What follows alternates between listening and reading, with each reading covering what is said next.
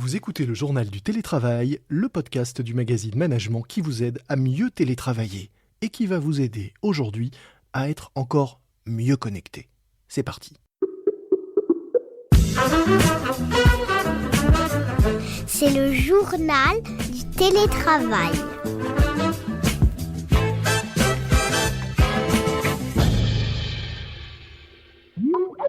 Un salarié perdrait en moyenne 109 heures par an à tenter de résoudre des bugs informatiques ou problèmes de connexion. 109 heures. Alors comment essayer de limiter les dégâts?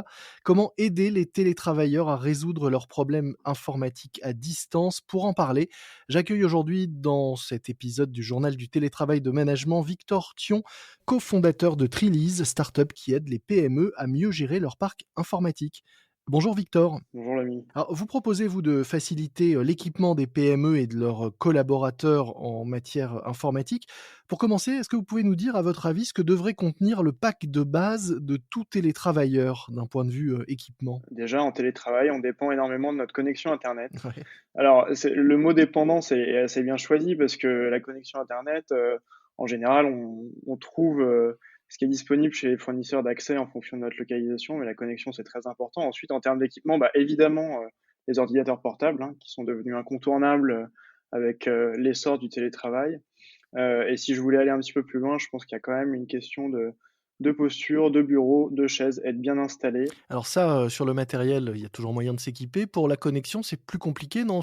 L'employeur peut pas grand-chose pour améliorer celle de ses salariés à distance? Alors, en effet, sur la connexion, c'est une des variables sur laquelle on peut le moins jouer. Néanmoins, il y a de nombreuses variables pour optimiser soit les performances de sa machine, soit l'utilisation de sa connexion. Bon, ce qu'il faut savoir, c'est que la visio, c'est vraiment très consommateur en termes de bande passante, donc c'est pas l'outil idéal, mais malheureusement, on y a tous recours. D'ailleurs, assez souvent, hein, je pense qu'on a été nombreux à utiliser parfois notre partage de connexion, qui en 4G est plus efficace qu'une Wi-Fi.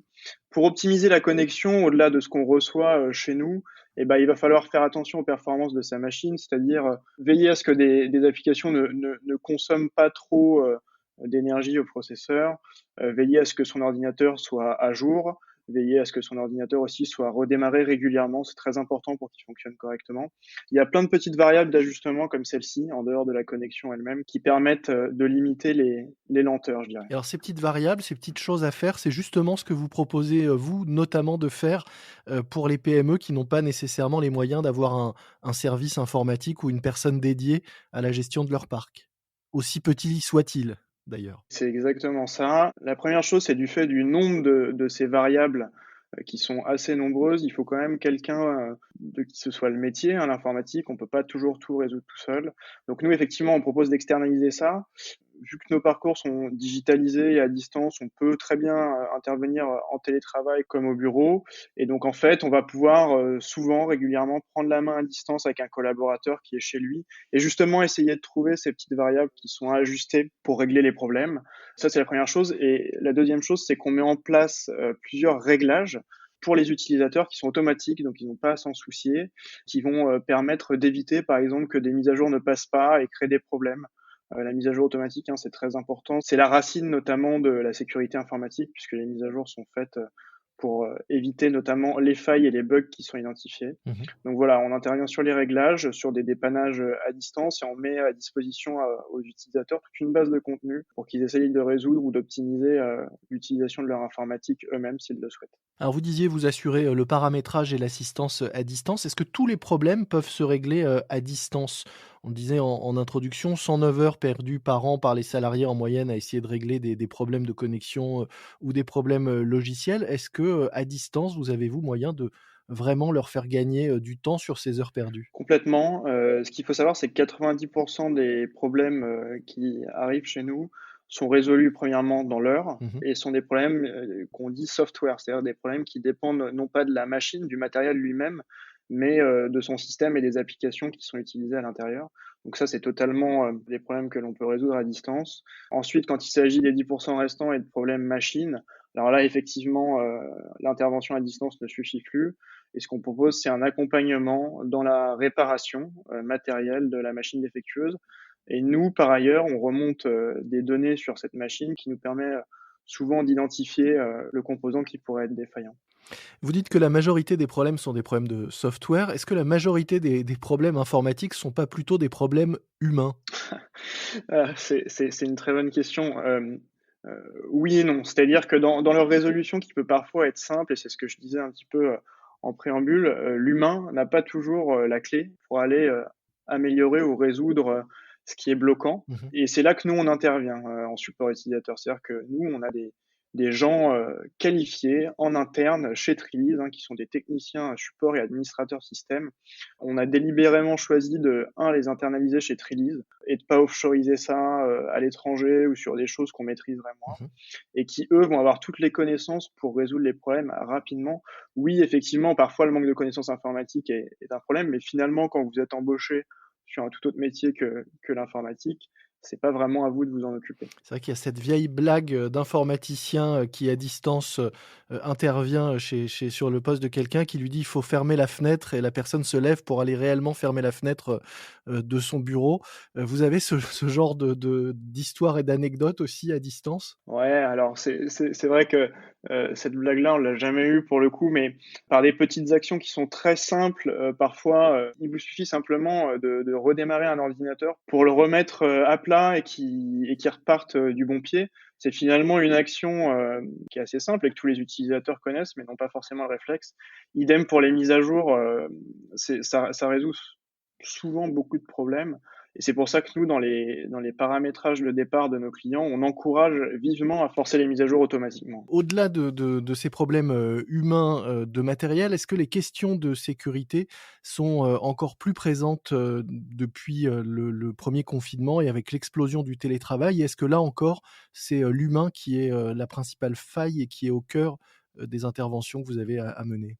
La sécurité est évidemment une question prépondérante depuis l'éclosion du télétravail puisque, les utilisateurs sont beaucoup moins protégés, que dans le cadre, du bureau, notamment parce qu'ils ont des connexions qui sont ouvertes, parce que, ils n'ont pas forcément installé les outils qui permettent de se protéger et d'ailleurs on entend, hein, régulièrement dans l'actualité, bon nombre de cas, de hacking et ce même sur des entreprises assez grandes. Mmh. Il y a quand même des règles de base qui permettent d'éviter, soit des virus, soit des problèmes de cybersécurité. Les mises à jour, on en a beaucoup parlé, mais c'est vraiment le critère numéro un, la racine pour éviter les failles. Ça, c'est la première chose et puis la deuxième chose, sur lesquelles on accompagne aussi nos clients dans les pré-paramétrages de leur session utilisateur, c'est potentiellement d'installer un VPN et ou un antivirus qui serait cohérent et qui de nouveau, limiterait le risque pour leurs utilisateurs. Donc non, je dirais que le problème n'est pas humain, mais le problème est plutôt dans la configuration des machines qui sont utilisées, sur des réseaux de télétravail. En temps normal, une panne informatique, c'est une source de perte de temps, on l'a dit. Est-ce qu'en télétravail, c'est pas surtout et avant tout une source de stress? Est-ce qu'on n'est pas plus dépendant de notre connexion et de nos outils puisque c'est finalement ce qui nous permet, de travailler ou de montrer parfois simplement qu'on travaille? Complètement, un grand classique, que l'on a en dépannage à distance, hein, c'est des problématiques qui sont liées à un besoin d'arriver sur une visioconférence, un besoin d'arriver sur une réunion. Donc, effectivement, nous, on parle pas forcément, uniquement de perte en termes de temps, mais de productivité au global puisque, effectivement, ce stress, cette tension, cette appréhension va engendrer, une perte de concentration et de productivité. Ça, c'est vraiment complètement exacerbé par le télétravail. Pour nos clients, qui fonctionnaient le plus à l'ancienne sur le support informatique, souvent, il y avait le service informatique qui était au premier étage et on descendait rapidement les voir et ben, là, c'est plus possible. Mmh. Et en tout cas, c'est vraiment ce qu'on s'attache à faire en garantissant des délais de réponse, à nos clients et surtout à leurs utilisateurs puisque on prend, les tickets, comme on appelle ça, dans les 10 minutes à partir desquelles ils sont soumis et comme je vous le disais, 90 des problèmes sont résolus dans l'heure. Donc on essaye vraiment de faire gagner sur la productivité au global et c'est d'ailleurs même un vecteur de bien-être, de télétravail pour les salariés.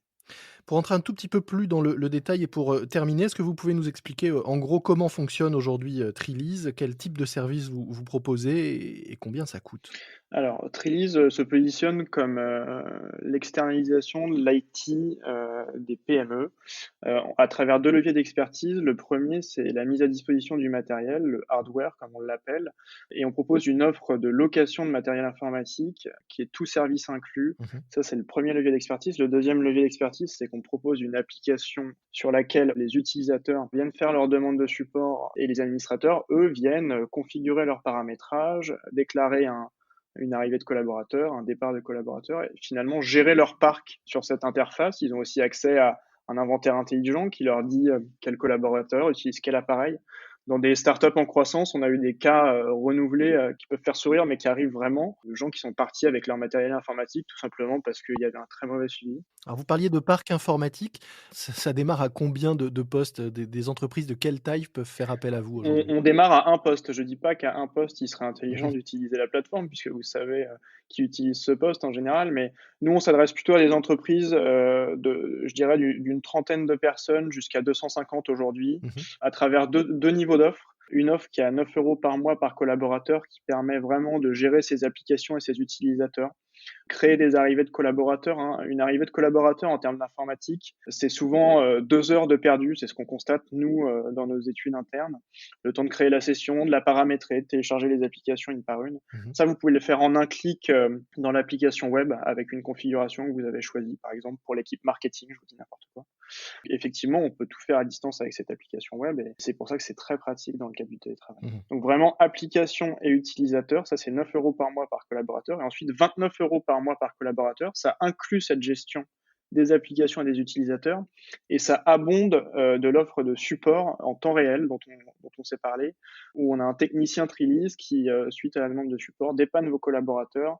Encore une fois, prise du ticket dans les 10 minutes et résolution à 90% des tickets dans l'heure. Merci beaucoup Victor Thion. Je rappelle que vous avez cofondé Trilise, une start-up qui propose un service de gestion externalisé du parc informatique aux PME avec des formules tout inclus qui comprennent, si besoin, la location de matériel, la configuration et l'assistance à distance. Nous mettrons dans les notes de cet épisode un lien vers la présentation de Trilise et de ses services pour ceux qui souhaiteraient en savoir plus. Merci beaucoup. Merci. C'est la fin de cet épisode du JT, le journal du télétravail de management, un autre podcast que je vous recommande. Il s'appelle Big Data, les bigs entretiens du Big Data. C'est un podcast réalisé avec Engie pour le magazine Capital et qui donne la parole à des experts de l'IA et de la data. Big Data à écouter sur l'ensemble des plateformes d'écoute de podcasts. Moi je vous dis à très vite. D'ici là, soyez prudents, respectez les consignes, les gestes barrières, le couvre-feu, le confinement et bon télétravail à tous. C'est le journal du télétravail.